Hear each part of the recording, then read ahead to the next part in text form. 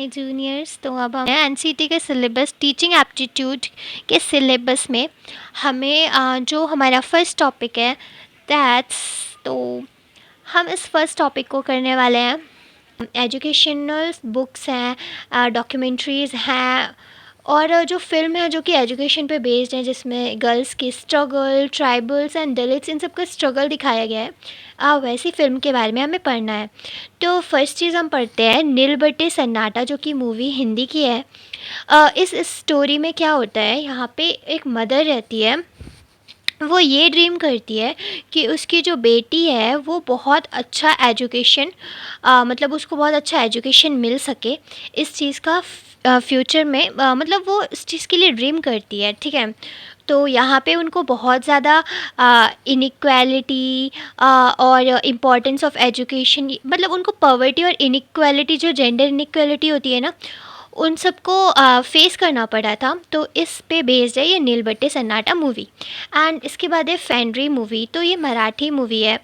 इसमें ना caste system का रहता है कि यहाँ पे जो एक दलित बॉय होता है ना, वो लव पे फॉल हो जाता है एक अपर कास्ट की लड़की के साथ।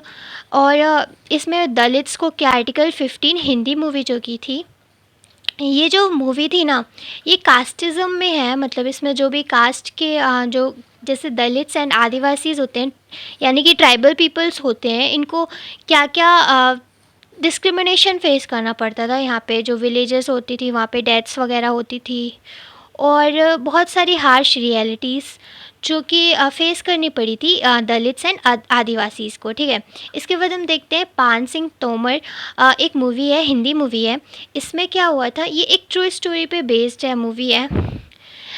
इस पे एक एथलीट्स की लाइफ के बारे में बताया जाता है, जिसको इनजस्टिस उस रहता है, मतलब उसके साथ जस्टिस नहीं होता है। क्यों क्यों नहीं होता है, क्योंकि उसकी कम्युनिटीज़ की वजह से, क्योंकि वो आदिवासी रहता है। और इसमें स्ट्रगल्स ऑफ आदिवासीज़ को दिखाया गया है, ठीक है गाइस। इसके बाद हम देखते हैं सैरत मूवी। ये सैरत मूवी भी कास्ट बैरियर पे बेस्ड है। और ये सोसाइटल प्रेशर एंड वायलेंस जो कि इंटर कास्ट कपल्स को फेस करना पड़ता है, उस पे बेस्ड है। इसके बाद आरक्षण हिंदी मूवी एक है। ये तो आप आरक्षण से ही समझ रहे होंगे कि जो रिजर्वेशन दिया जाता है ओबीसी एससी जनरल वालों को, उस पे बेस्ड है ये मूवी, ठीक है। एंड देन शाहिद मूवी जो होती है थी, वो एक बायोग्राफिकल फिल्म थी, जो कि शाहिद आज़मी जी के उस पे थी। बायोग्राफिकल फिल्म है उनके उस पे। एंड ये जो मूवी है, ये इसमें मुस्लिम एंड दलित्स के लिए बताया गया है कि इनको जो इनके राइट्स हैं वो नहीं मिले थे और उन्होंने अपने राइट्स के लिए फ़ाइट की थी। इसके बाद जो पिंक मूवी है, ये मूवी तो आपने देखी होगी, जिसमें अमिताभ बच्चन रहते हैं। तो ये जो मूवी रहती है, ये दलित्स एंड ट्राइबल स्ट्रगल्स के लिए रहती है। इसमें ये दिखाया जाता है कि कैसे वुमेन को क्या क्या प्रॉब्लम्स और चैलेंजेस फेस करने पड़े थे। एंड ये consent, sexual harassment and justice को फाइट करने के लिए ये पूरी मूवी इस चीज़ को एक्सप्लोर करती है। देन इसके बाद देखते हैं हम शिप ऑफ थेसिस। तो ये इंग्लिश और हिंदी दोनों मूवी पे है। एंड ये जो मूवी है, ये एक्सप्लोर करती है theme identity, perception and interconnectedness का। तो ये सोशल इनइक्वालिटीज़ के बेस्ड है कि इसमें सोशल इनइक्वालिटीज़ क्या क्या होती हैं लोगों के साथ। देन इसके बाद हम देखते हैं कोर्ट का। तो कोर्ट जो मूवी है, वो मूवी इंडियन जुडिशियल सिस्टम को, मतलब इसमें ना, ये जो मूवी है ना, ये मूवी जो मार्जिनलाइज्ड कम्युनिटीज़ को जो जो स्ट्रगल्स फेस करने पड़े थे, उनको न्याय दिलाने के लिए, ओके। इसके बाद अगर हम मूवी देखते हैं मसान। तो मसान मूवी जो है, इसका जो ये थीम है, love loss and social stigma theme है। और ये 4 लोगों पे रहती है। यहाँ पे 4 लोग रहते थे, 4 लोग, और डिफरेंट बैकग्राउंड्स के रहते थे जो कि पर्सनल एंड सोसाइटल चैलेंजेस को फेस करता है। देन इसके बाद लंच बॉक्स मूवी है, जो कि हिंदी मूवी है। ये जो ड्रामा है, ये सोशल एंड इकोनॉमिक डिस्पैरिटीज़, जो कि अर्बन इंडिया में इनको जो भी ये चीज़ें फेस करनी पड़ी थी, एंड ये जो है ऑर्डिनरी पीपल की लाइफ को हाईलाइट करता है, जिसमें उसे डेली लाइफ में क्या क्या चैलेंजेस फेस करने पड़ते थे उसके बारे में है। देन तारे ज़मीन पर, तो के जो क्वेश्चंस हैं ना वो जस्ट बस ऐसे ही आएंगे कि इनमें इनको क्या स्ट्रगल फेस करना पड़ा था। लाइक ऐसा क्वेश्चन आ सकता है कि मतलब इनसे रिलेटेड ही क्वेश्चन आएगा, जैसे ऐसे कौन सा बच्चा था जो डायस्लेक्सिक चाइल्ड था जो कि स्ट्रगल कर रहा था स्कूल में, एंड इसके बारे में बहुत सारी चीज़ें लिख देंगे। देन उसमें आपको ऑप्शंस दे देंगे, तब आपको सेलेक्ट करना पड़ेगा, जैसे तारी ज़मीन पर ऐसे करके ही इसके क्वेश्चंस आते हैं। इसके क्वेश्चन आपको एक दो क्वेश्चंस मिल जाएंगे। तारे ज़मीन पर जो है, ये जो स्टोरी है वो ईशान की स्टोरी है।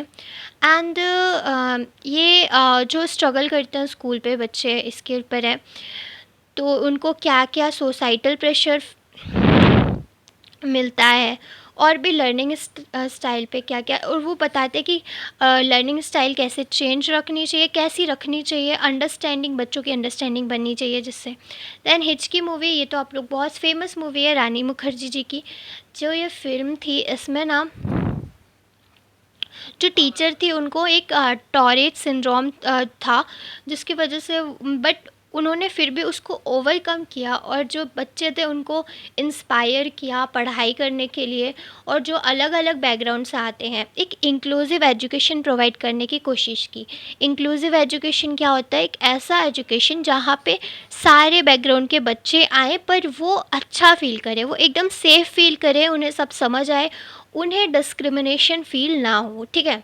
इसके बाद है इंग्लिश विंग्लिश मूवी। तो ये जो मूवी है, ये होम मेकर्स जो कि इंग्लिश लर्न करने के लिए, मतलब इंग्लिश लर्न की थी उस बच्चे ने या फिर होम मेकर ने, जो इंडिपेंडेंस गेन करना चाहता था और सेल्फ़ रिस्पेक्ट गेन करना चाहता था, उसने सेल्फ़ रिस्पेक्ट गेन करने के लिए इंग्लिश को लर्न किया था, ठीक है। और यहाँ पे एजुकेशन की इम्पोर्टेंस वगैरह बताई जाती है, और पर्सनल ग्रोथ जो कि किसी भी एज में हो सकती है। फिर है दंगल मूवी। तो दंगल मूवी तो आप सभी जानते होंगे। ये जो दंगल मूवी है ना, ये एक इंस्पायरिंग मूवी है, जिसमें मतलब जो उसके पिताश्री रहते हैं, उनकी जो दो बेटियां हो जाती हैं, गीता बबीता नाम की, आई थिंक शायद यही था। और उसमें वो उनको पहलवान बनाते हैं, मतलब वो चाहते थे कि उनका लड़का हो जो कि पहलवान बने, बट उनकी बेटियां हो जाती हैं, फिर वो उनको भी बहुत ज़्यादा मतलब अच्छे तरीके से ट्रेन करते हैं। दैन वो लोग भी एक रेसलर्स बन जाते हैं, ठीक है। तो एक ये हो सकता है कि जो लड़कियां रहती हैं ना, वो मतलब चाहे वो लड़की हो चाहे वो लड़का हो, वो गेन कर सकता है अगर वो मेहनत करना चाहता है। अगर वो मेहनत करेगा तो वो हर चीज़ को प्राप्त कर सकता है, जैसे कि वो भी रेसलर्स बनी, ठीक है। एंड देन उसके बाद है सुपर डिलक्स। सुपर डिलक्स जो होता है, ये मूवी है, ये complexities of human relationship and societal pressure के ऊपर ये मूवी है। और यहाँ पे 4 इंटरकनेक्टेड स्टोरीज़ थी। एंड ये जो है, ये फोकस करती हैं थीम्स ऑफ जेंडर रहती है इसमें, सेक्सुअलिटी एंड सोशल इनइक्वालिटी, ठीक है। तो गेज़ आई थिंक अपन लोगों ने ना मूवीज़ के बारे में कंप्लीट कर लिया है। देन अभी अपन बुक्स का पढ़ते हैं, ठीक है। तो सबसे पहले हम पढ़ते हैं आई एम मलाला के बारे में। तो ये जो बुक थी ना, ये एक इंस्पायरिंग स्टोरी थी। इस स्टोरी में जो लड़कियां स्ट्रगल फेस करती हैं एजुकेशन के लिए, उसके बारे में ये मूवी थी, ठीक है। और वो जो मलाला थी, वो अपने राइट्स के लिए फ़ाइट कर रही थी। Then the god of small things. तो इस बुक में ये जो नोवेल थी, ये एक फ्रेटर्नल ट्विन्स के बारे में थी जो कि केरला में थे, और ये कास्ट सिस्टम के बारे में थी। मतलब इस ये जो caste, class and gender discrimination हो रहा था बच्चों के साथ, उसके बारे में ये मूवी थी, ठीक है। इसके बाद देखते हैं, मूवी नहीं सॉरी, ये बुक थी। इसके बाद हम पढ़ते हैं अ फाइन बैलेंस के बारे में। तो अ फाइन बैलेंस जो बुक नोवेल थी, ये जो नोवेल थी, ये डिफरेंट बैकग्राउंड के बारे में बताती है, जहाँ पे 4 इंडिविजुअल थे, वो अलग अलग बैकग्राउंड के थे, उनको साथ में लाया गया था सर्कमस्टांसेस से। और ये जो मूवी थी वो poverty, social injustice and struggle जो कि मार्जिनलाइज्ड कम्युनिटीज़ जैसे कि दलित्स एंड आदिवासी होते हैं, इस पर बेस्ड थी। एंड इसके बाद हम अनटचेबल देखते हैं, तो अनटचेबल जो नोवेल थी वो 1935 में पब्लिश हुई थी और एक पावरफुल इन्वेस्टमेंट और ये कास्ट सिस्टम पे बेस्ड थी, जो कि इंडिया में जो कास्ट सिस्टम है इसके बेस्ड थी। और ये स्टोरी बताती है बाका की, जो कि एक यंग दलित मैन है और उससे बहुत सारा डिस्क्रिमिनेशन और ह्यूमिलेशन फेस करना पड़ा था। फिर हम देखते हैं द येलो हाउस। तो जो द येलो हाउस थी, इसमें एक स्टोरी रहती है फैमिली की और उनके घर की। तो ये जो मूवी है ना, मतलब ये जो नोवेल है, ये race, class and environmental injustice पे रहती है और ये स्ट्रगल जो कि मार्जिनलाइज्ड कम्युनिटी वगैरह जो फेस करते हैं उस स्ट्रगल पे बेस्ड है। और ये जो नोवेल है वो सरा एम ब्रूम ने लिखी है, ठीक है। इसके बाद हम देखते हैं द नेम सिक। तो ये जो नोवेल है ये बंगाली अमेरिकन फैमिली के एक्सपीरियंस को बताती है और उनका जो स्ट्रगल कल्चरल डिफरेंसेस को लेके था और सोसाइटल एक्सपेक्टेशन को लेके था, वो चीज़ एक्सप्लोर करती है। और इसके बाद हम देखते हैं half of a yellow sun. तो half of a yellow sun जो है एक हिस्टोरिकल फिक्शन नॉवल है, जो कि नाइग्रियन सिविल वार पे लिखी गई थी और ये एक्सप्लोर की जाती है। इसमें एक्सप्लोर करते हैं कॉन्फ्लिक्ट और जो कि इंडिविजुअल और सोसाइटी में जो जो कॉन्फ्लिक्ट रहते हैं। और ये वुमेन के स्ट्रगल पे भी बताती है कि इसमें कैसे कैसे वुमेन ने स्ट्रगल किया और क्या क्या कॉम्प्लेक्सिटीज़ रहती हैं race, class and political power की वजह से। देन उसके बाद हम देखते हैं द बाय एलाइस वॉकर, ठीक है। इसमें तो हाईलाइट ही नहीं है, वेट अ सेकेंड गाइस। तो अपन इसको थोड़ा सा हाईलाइट करते हैं। हाईलाइट हो जा भाई, ठीक है। ओके गाइस, तो हम बाय एलाइस वॉकर जो नॉवल है वो स्टोरी ऑफ सिली की स्टोरी बताती है। ये अफ्रीकन अमेरिकन वुमेन है जो कि ओवरकम करती है एडवर्सिटी एंड वो अपनी वॉइस को फाइंड करती है। ये racism, sexism and importance of female empowerment पे बेस्ड है, ठीक है। और नेवर लेट मी गो नाम की एक नोवेल है जो कि आइडेंटिटी, थीम्स ऑफ आइडेंटिटी को एक्सप्लोर करती है और क्या लाइफ की क्या मीनिंग है उस चीज़ को एक्सप्लोर करती है।